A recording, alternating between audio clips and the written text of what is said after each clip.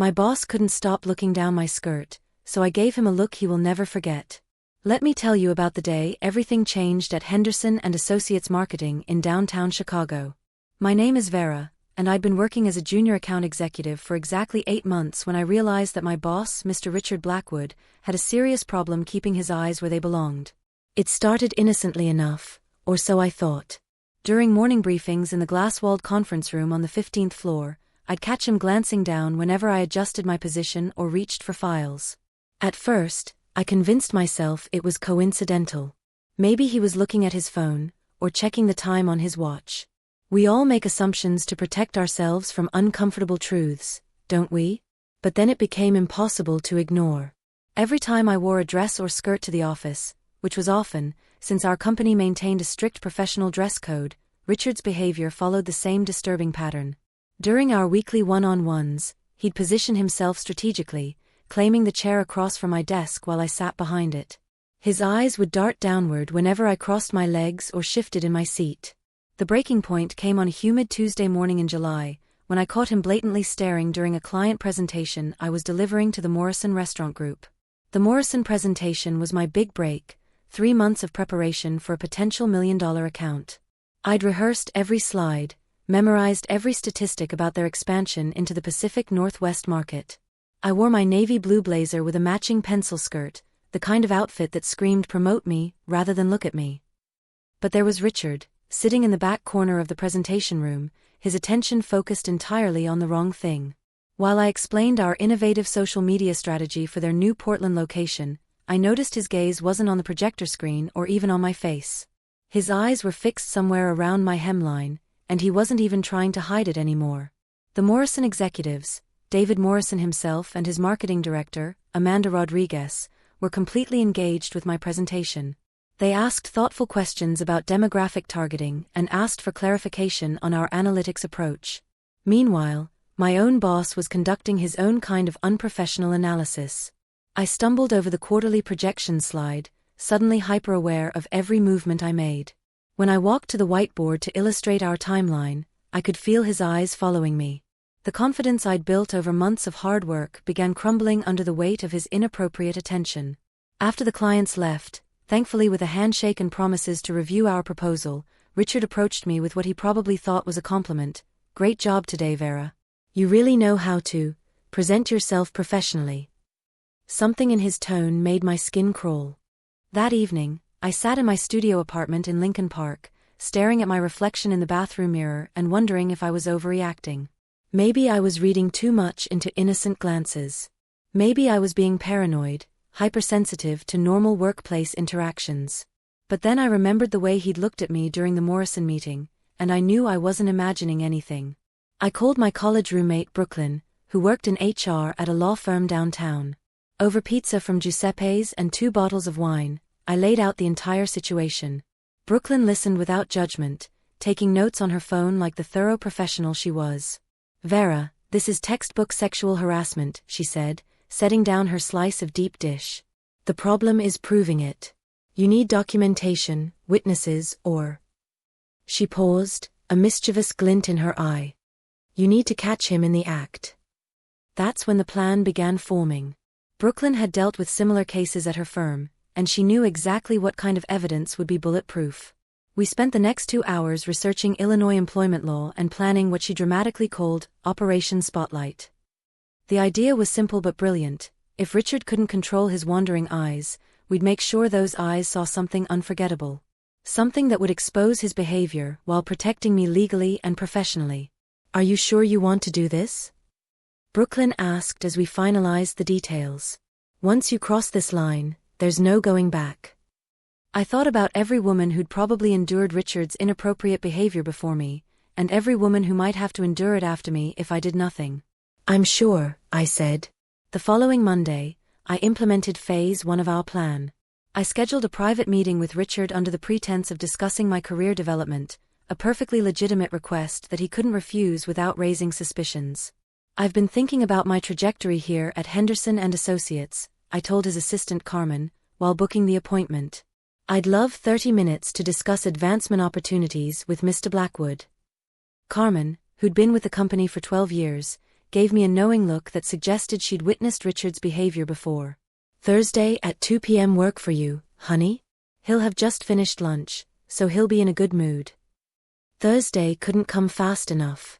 I spent the intervening days carefully observing Richard's patterns, noting when his inappropriate behavior was most pronounced. Brooklyn had coached me on body language and positioning, teaching me how to create the perfect setup for our plan. "Remember," she said during our Wednesday night strategy session at Millennium Park, "you're not doing anything wrong. You're simply creating an opportunity for him to expose his own behavior." I wore my black wrap dress, professional, appropriate, and perfect for our purposes. Underneath, instead of my usual undergarments, I wore something special that Brooklyn had helped me select, a custom-made piece that would deliver our message loud and clear. As I walked into Richard's corner office that Thursday afternoon, my heart pounded with nervous energy. His space screamed corporate success: mahogany desk, leather chairs, a view of the Chicago River that probably cost the company an extra $50,000 per year in rent. "Vera." Richard beamed, gesturing toward the chair position directly across from his desk. "Please sit down. I'm excited to hear about your ambitions." I sat down, crossed my legs professionally, and waited for him to take the. For the first 10 minutes, Richard maintained perfect eye contact. We discussed my performance metrics, my contributions to the Morrison account, and potential paths for advancement within the company. I almost began to doubt our entire plan. Maybe he'd changed, maybe I'd been wrong about his behavior. But then, as I reached into my portfolio to retrieve my self-evaluation documents, Richard's gaze began its familiar downward journey. I pretended to organize my papers, shifting slightly in my chair to create the angle he seemed to prefer. "I've been thinking about pursuing the senior account executive position that's opening up in the fall," I said, deliberately leaning forward to place a document on his desk. The movement caused my wrap dress to shift slightly, creating exactly the viewing opportunity Richard couldn't resist. His eyes immediately dropped, and I could see him trying to get a better look. This was it, the moment Brooklyn and I had prepared for. I uncrossed my legs and recrossed them in the opposite direction, a natural movement that any professional woman might make during a long meeting. Richard's attention was now completely focused on something other than my career development. "The Morrison account really showcased my capabilities," I continued, pretending not to notice his distraction. "I think I'm ready for greater responsibilities." Richard nodded absently, his eyes still wandering. Yes, greater responsibilities." That's when I delivered the line Brooklyn and I had rehearsed. "I'm glad you're taking such a close look at my qualifications, Mr. Blackwood." The emphasis on close look made him glance up briefly, but his gaze quickly returned downward. He was completely absorbed in his inappropriate behavior, exactly as we'd predicted. I took a deep breath and prepared to execute the final phase of our plan. "Actually, Mr. Blackwood," I said, my voice steady and professional, "since you seem so interested in what's under my dress, maybe you'd like a better look." Richard's head snapped up, his face flushing red. What? I don't know what you mean, Vera.